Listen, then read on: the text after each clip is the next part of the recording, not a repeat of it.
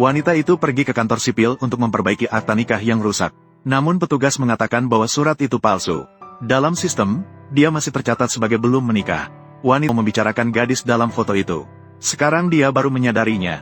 Pernikahan yang selama 5 tahun ini dianggap sangat bahagia ternyata palsu. Dia pulang ke rumah dalam keadaan bingung. Namun, dia mendengar hal yang lebih mengejutkan. Sudah 5 tahun.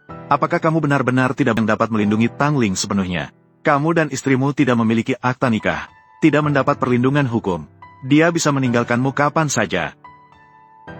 Tidak mungkin dia akan meninggalkan saya. Tapi, tidak ada tapi.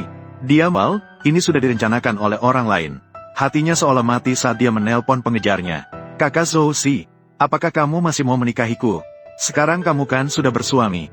Lupakan. Anggap saja saya tidak pernah bertanya. Tunggu sebentar. 4 tahun kemudian, kita tetap bertemu di depan pintu. Siapa yang tidak mengangkat anjing kecil? Jadi, kami memutuskan dengan senang hati. Saya ada urusan, saya tutup dulu. Selamat tinggal. Masih begitu kekanak-kanakan. Wanita itu menggigit dan tidak langsung mengungkapnya. Dia berbohong bahwa dia mungkin mengalami sedikit heat stroke dan pusing. Kemudian pria itu mengangkatnya dengan cepat.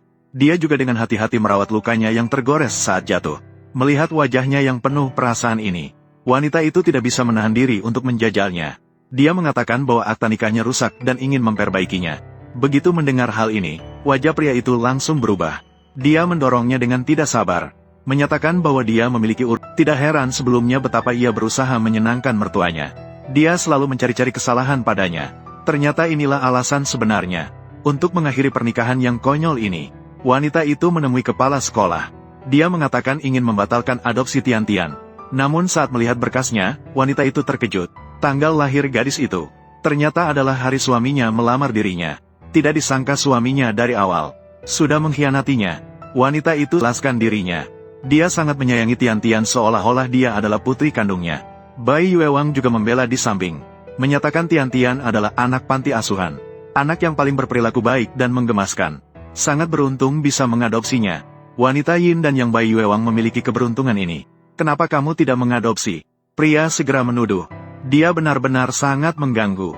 Menyatakan bahwa Bai Yuewang tidak menikah. Bagaimana bisa mengadopsi anak? Melihat suaminya berpura-pura baik. Bahkan terus membela Bai Yuewang. Wanita memandangnya dan mengeluarkan kata-kata hatinya. Aku dan dia.